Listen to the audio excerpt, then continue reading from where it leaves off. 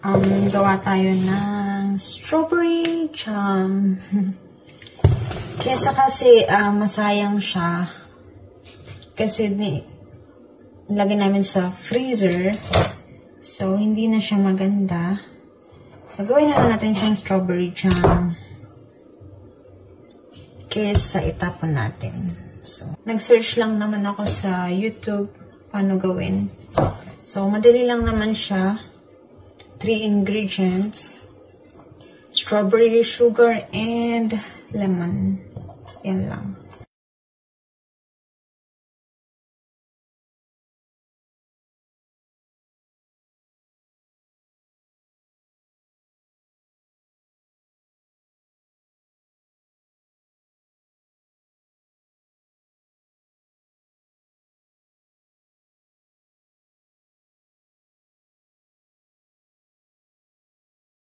Ayan ang ating strawberry.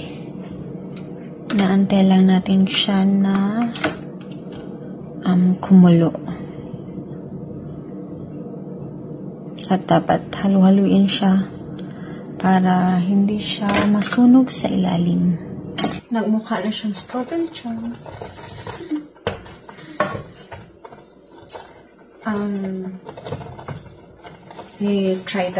I-try tang lasahan kung okay man ang lasa niya.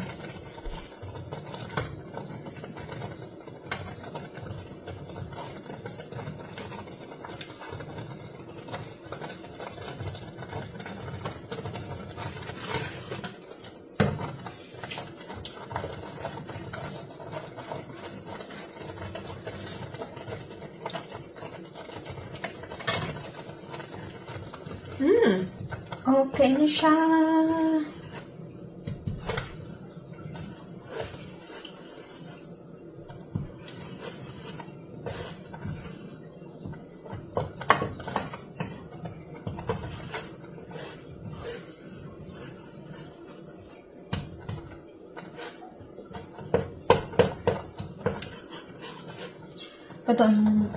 Lutuin pa natin siya 4 minutes. Our strawberry jam. Gawa na natin ng ating strawberry jam. So, okay na siya. Ganyan ang texture niya. And, yan nalagay ko na rin siya sa ating jar. And, yan. Meron na tayong pangpalaman sa tinapay. Siguro kung tinapon ko yung ating strawberry na hindi na maganda, wala tayong pangpalaman sa ating tinapay.